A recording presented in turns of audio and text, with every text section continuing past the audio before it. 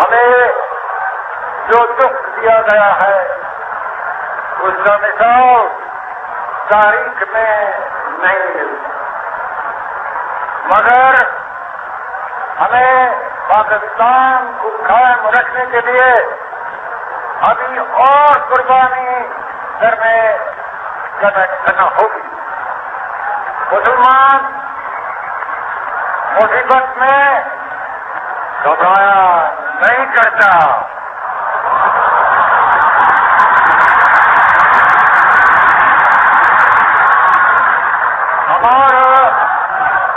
ہمارے حوصلے بلند ہیں۔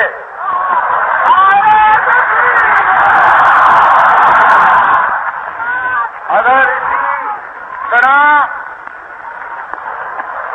تمام ملت ہمت اور صبر کے ساتھ کام کرتی رہی تو ہماری